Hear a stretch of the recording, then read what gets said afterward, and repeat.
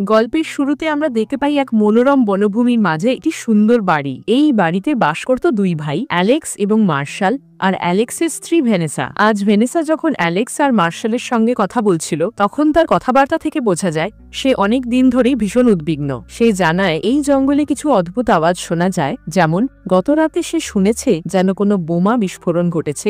এই শব্দ এসেছিল বন থেকেই। এটা নিঃসন্দেহে খুবই অদ্ভুত ছিল। মার্শাল তখন ভেনেসাকে জানায় এই বনের ভিতর একসময় এক বড় গবেষণাগার ছিল, যেখানে অনেক বিজ্ঞানী একসঙ্গে কোনো প্রকল্প নিয়ে কাজ করছিলেন। কিন্তু হঠাৎই এমন এক ভয়ঙ্কর কিছু ঘটে যায়, যার পর তারা সব কাজ বন্ধ করে দিয়ে এই জায়গা ছেড়ে চলে যায়। সেই সময় থেকেই এই বনের আশেপাশে অনেক মানুষ নিখোঁজ হয়ে যাচ্ছে। খোঁজাখুঁজি করেও তাদের সন্ধান মেলেনি। এসব শুনে ভেনেসার মন আরো ভারী হয়ে ওঠে, কারণ কিছুদিন আগেই সে তার সন্তানকে হারিয়েছে। এই দুঃখ এবং অস্থিরতা নিয়ে সে সিদ্ধান্ত নেয় সে শিকারে যাবে। সে বন্দুক তুলে নেয় এবং একা একাই জঙ্গলের দিকে রওনা দেয়। অ্যালেক্স তার সঙ্গে যেতে চায়, কিন্তু ভেনেসা তাকে সঙ্গে নেয় না, কারণ এখনো তাদের সম্পর্ক খুব ভালো নয়। এই কথা থেকে আমরা বুঝি তাদের সন্তান মারা যাওয়ার ঘটনার পর থেকেই ভেনেসা এবং অ্যালেক্সের সম্পর্কের অবনতি ঘটে। একদিন তারা গাড়ি করে কোথাও যাচ্ছিল, আর সেই পথে ভয়ানক এক দুর্ঘটনা ঘটে। দুর্ঘটনায় অ্যালেক্স এবং ভেনেসা বেঁচে গেলেও তাদের শিশু সন্তানের মৃত্যু হয়। সেই ঘটনার পর থেকে ভেনেসা নিজেকে দোষী মনে করে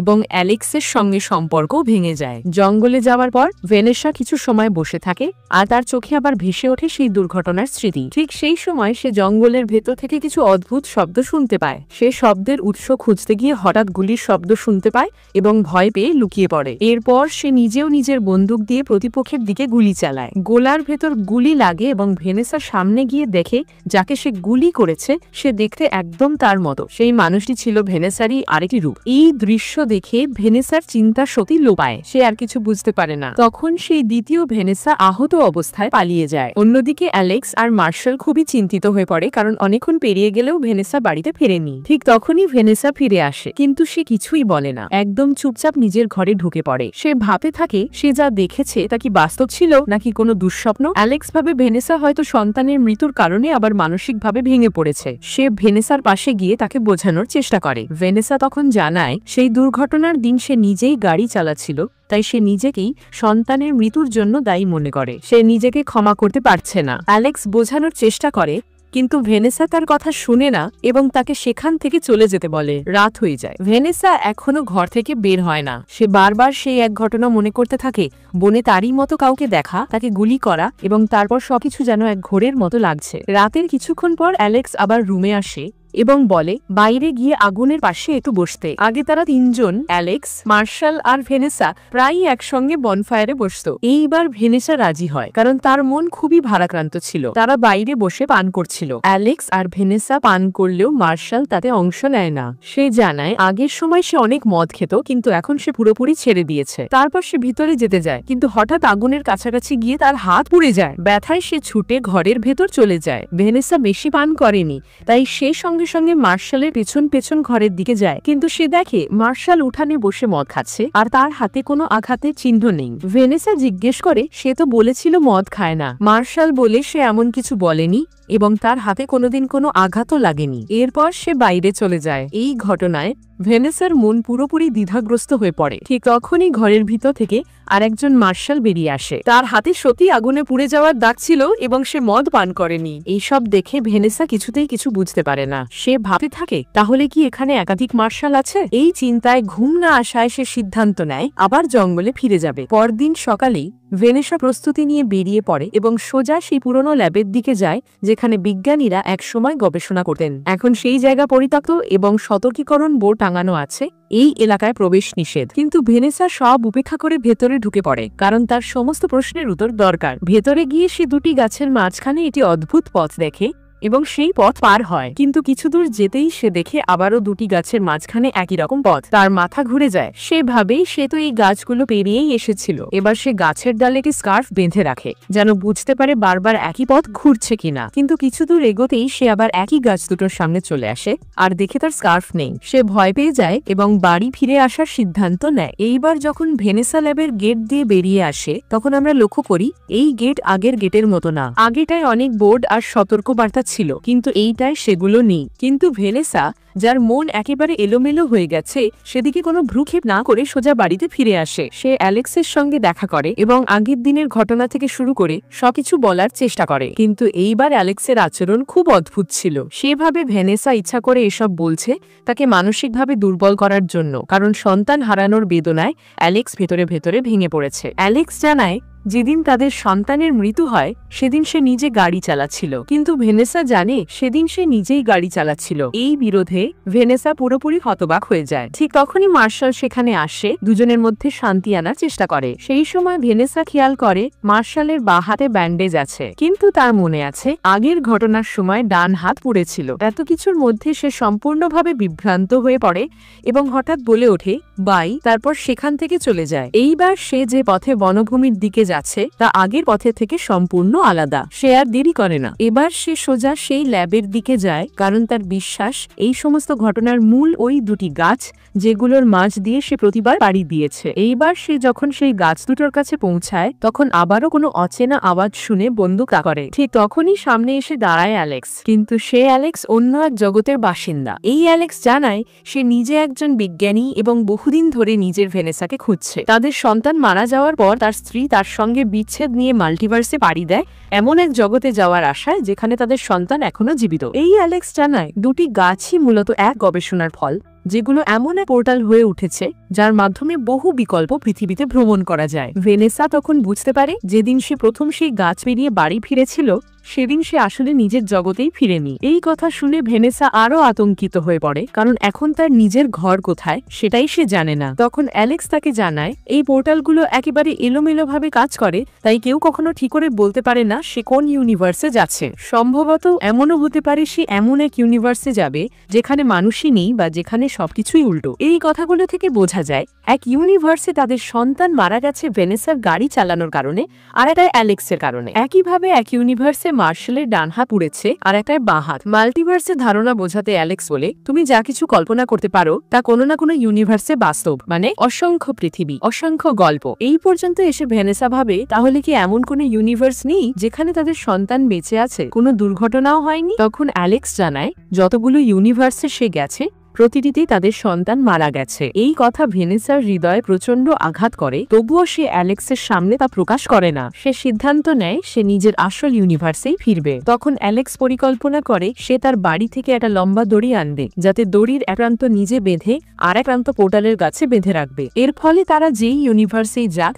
ফিরে এসে আবার সেই জায়গায় ফিরতে পারবে। তারা একসঙ্গে একটি নতুন ইউনিভার্সে যায় এবং সেখানে গিয়ে নিজেদের বাড়িতে প্রবেশ করে লম্বা দড়ি নিয়ে ফেরার সময় হঠাৎ মার্শালের চোখে পড়ে যায়। মার্শাল তাদের দেখে চমকে যায়, কারণ এই ইউনিভার্সে অ্যালেক্স, ভেনেসা ও তাদের সন্তান তিনজনেই মারা গেছে একটি গাড়ি দুর্ঘটনায়। সেই ঘটনার পর থেকে মার্শাল মানসিকভাবে বিপর্যস্ত হয়ে পড়ে। তবে এবার সে কিছু না বলে তাদের চলে যেতে দেয়, কিন্তু ঠিক তাদের চলে যাওয়ার পর পেছন থেকে বন্দুকের গুলির শব্দ শোনা যায়। মার্শাল আত্মহত্যা করেছে। এইবার অ্যালেক্স ও ভেনেসা পোর্টালের কাছে ফিরে এসে নিজের নিজের শরীরে দড়ি বেঁধে দেয় এবং গাছেও তা বেঁধে দেয়। এর ফলে তারা যতবারই অন্য ইউনিভার্সে যাবে সেই দড়ির মাধ্যমে একই জায়গায় ফিরে আসতে পারবে। তারা সিদ্ধান্ত নেয় এবার একে অপর থেকে আলাদা হয়ে ভিন্ন ভিন্ন ইউনিভার্সে যাবে, যাতে দ্রুত তাদের আসল ইউনিভার্স খুঁজে পাওয়া যায়। এইবার ভেনেসাকে চুমু খেয়ে অ্যালেক্স তার পথে রওনা দেয়। এর ঠিক পরে সকালে দেখা যায় ভ্যানেসা সেই জায়গাতেই অপেক্ষা করছে যেখানে অ্যালেক্স বলেছিল অপেক্ষা করতে। সকাল হলে অ্যালেক্স ফিরে আসে, কিন্তু এখনো তাদের নিজেদের ইউনিভার্স তারা খুঁজে পায়নি। ভেনেসা খুব ক্লান্ত হয়ে পড়ে। তখন অ্যালেক্স বলে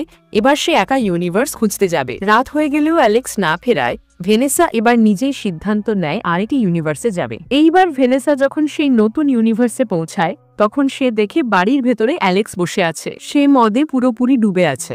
ভেনেসা তখন সেই অ্যালেক্সকে জিজ্ঞেস করে এই ইউনিভার্সে কি ঘটেছিল। এই অ্যালেক্স জানায় এই ইউনিভার্সই ভেনেসার আসল ইউনিভার্স। এখানে ভেনেসার গাড়ি চালানোর সময় দুর্ঘটনা ঘটে এবং তাদের সন্তান মারা যায়। এরপর হঠাৎ করেই ভেনেসা গায়েব হয়ে যায়। এই কথা শুনে ভেনেসার মনে হয় অবশেষে সে তার আসল জগতে ফিরে এসেছে। তার চোখে জল এসে যায়, সে খুব আনন্দিত। কিন্তু ঠিক তখনই অ্যালেক্স আচমকা তার মাথায় আঘাত করে বসায়। ভ্যানেসা জ্ঞান হারায়। যখন তার জ্ঞান ফিরে আসে, সে দেখে সে একটি চেয়ারে বাঁধা। তখন মার্শাল ঘরে ঢোকে। তাদের কথাবার্তা থেকে বোঝা যায় সকালে তাদের কাছে একটি ভেনেসা এসেছিল যার পায়ে গুলির চিহ্ন ছিল এবং সে গুরুতর আহত ছিল। এই কথা শুনে ভেনেসা বুঝতে পারে যাকে সে গুলি করেছিল সে ভেনেসারই আরেক সংস্করণ। আর সেই আহত ভেনেসা সকালে এই ইউনিভার্সে এসেছিল কিন্তু অতিরিক্ত রক্তক্ষরণে মারা যায়। এই ঘটনার কারণে অ্যালেক্স মানসিকভাবে সম্পূর্ণ ভেঙে পড়ে এবং প্রচুর মদ্যপান করে। এখন এই ভেনেসাকে দেখে সে ভাবে এটা কোনো ছদ্মবেশী, কোনো প্রতারক, তাই সে তাকে আক্রমণ করে।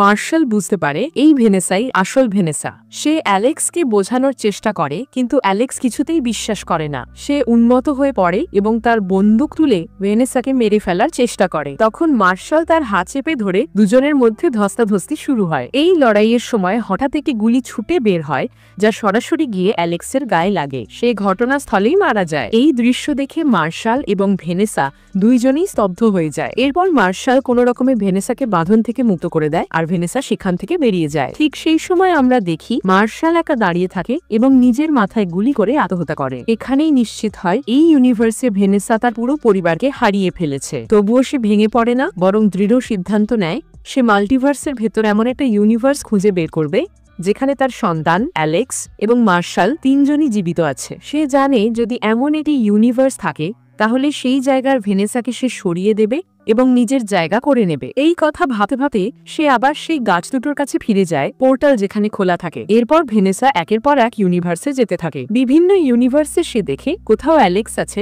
তারা একসঙ্গে খুশিতে আছে কিন্তু সন্তান নেই। কোথাও সন্তান নেই, আবার কেউই নেই। একসময় সে এমন একটি ইউনিভার্সে পৌঁছায় যেখানে সে দেখতে পায় একজন অ্যালেক্সের মৃতদেহ পড়ে আছে যার উপর কেউ গুলি চালিয়েছে। এই দৃশ্য দেখে সে আতঙ্কিত হয়ে পড়ে। হঠাৎই তার সামনে হাজির হয় আরেকজন অ্যালেক্স যে বিজ্ঞানী এবং তার আগেও দেখা হয়েছিল। অ্যালেক্স জানায় এই যে মৃত অ্যালেক্স তার একমাত্র দোষ ছিল সে তার স্ত্রী আর সন্তান দুজনকেই ফিরে পেয়েছিল, আর বিজ্ঞানী অ্যালেক্স এটা সহ্য করতে পারেনি, তাই সে তাকে হত্যা করে তার জায়গা নেয়। এই কথা শুনে ভেনেসা প্রচন্ড রেগে যায় কিন্তু পরক্ষণেই তার মনে হয় এটাই হয়তো সঠিক পথ। তারও তো একটা ভালো জীবন চাই, একটা ভালো ইউনিভার্স চাই। এই চিন্তা থেকে সে সিদ্ধান্ত নেয় সেও ঠিক এমনটাই করবে। এরপর আমরা দেখি বিজ্ঞানী অ্যালেক্স এমন একটা ইউনিভার্সে চলে যায় যেটাকে সে নিজের জন্য বেছে নেয়। অন্যদিকে ভেনেসা আবারও একা হয়ে পড়ে। সে এখনো এক ইউনিভার্স থেকে আরেক ইউনিভার্সে ঘুরে বেড়াচ্ছে। হঠাৎ করেই তার সামনে হাজির হয় আরেকজন ভেনেসা যার কথাবার্তা থেকে বোঝা যায় সেই ভেনেসা যে বিজ্ঞানী অ্যালেক্সের স্ত্রী ছিল এবং মাল্টিভার্সে পাড়ি দিয়েছিল এমন একটি জায়গা খুঁজে বের করার জন্য যেখানে সে তার সন্তান এবং স্বামী দুজনকেই ফিরে পাবে। এই ভেনেসা খুব রুখো ও নির্মম ছিল। সে আসল ভেনেসাকে খুন করতে উদ্যত হয় কিন্তু ভেনেসা সুযোগ বুঝে একটা পাথর তুলে সেই ভেনেসার মাথায় আঘাত করে। সেই সঙ্গে সঙ্গে মাটিতে লুটিয়ে পড়ে এবং মারা যায়। এই ঘটনাও ভেনেসাকে ভীষণভাবে ক্লান্ত করে তোলে। অনেক রক্ত, অনেক মৃত্যু, অনেক শোক।